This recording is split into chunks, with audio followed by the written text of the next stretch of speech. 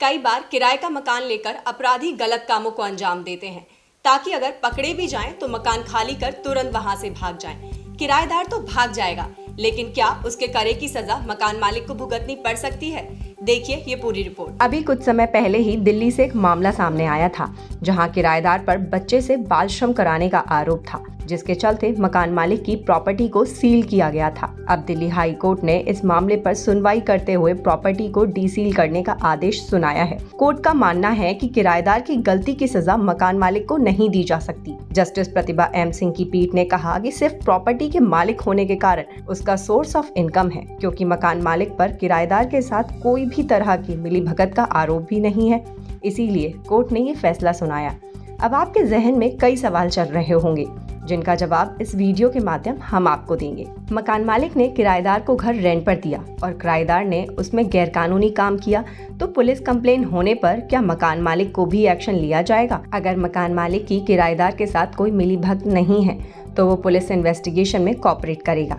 अगर मिलीभगत रहेगी तो कोऑपरेट करने की वजह वह पुलिस से गुमराह कर सकता है, जिसका पता एक ना एक दिन पुलिस को चल ही जाता है। अगर मकान मालिक बेगुनाह है तो पुलिस उसका बयान लिखकर उसे सरकारी विटनेस बना लेगी और उस पर किसी भी तरह की कानूनी एक्शन नहीं लिया जाएगा। किराएदार से घर खाली करवाने को लेकर भारत का कानून क्या कहता है? मॉडर्न टेंडेंसी एक्ट 2021 धारा 21 और 22 में जिक्र है कि एक किराएदार को मकान मालिक कब अपने घर से बेदखल कर सकता है। इसके लिए मकान मालिक को रेंट कोर्ट में बेदखली के प्रॉपर्टी की कब्जे वसूली के लिए एक एप्लीकेशन देनी होगी। पिछले साल जून में मॉडर्न टेंडेंसी एक्ट 2021 लागू किया गया था। इसकी कुछ जरूरी बातें आप भी जान लीजिए। मकान मालिक और किराएदार के बीच एक रिटर्न यानी लिखित रेंट एग्रीमेंट होना जरूरी है।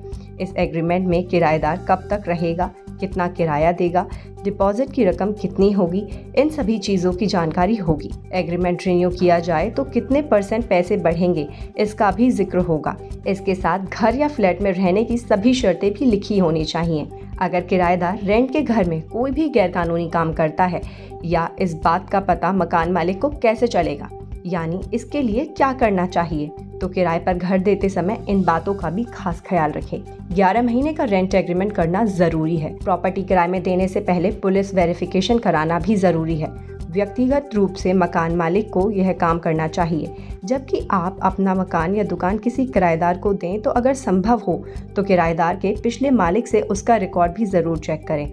इससे आपको उसके व्यवहार के साथ पता चल जाएगा कि समय पर किराया देता है या नहीं। महीने में एक बार आप रेंट वाले मकान या दुकान में जाके वहाँ की स्थिति देखनी चाहिए। किराएदार को कोई दिक्कत तो नहीं है, वह मकान खाली तो नहीं करना चाह रहा।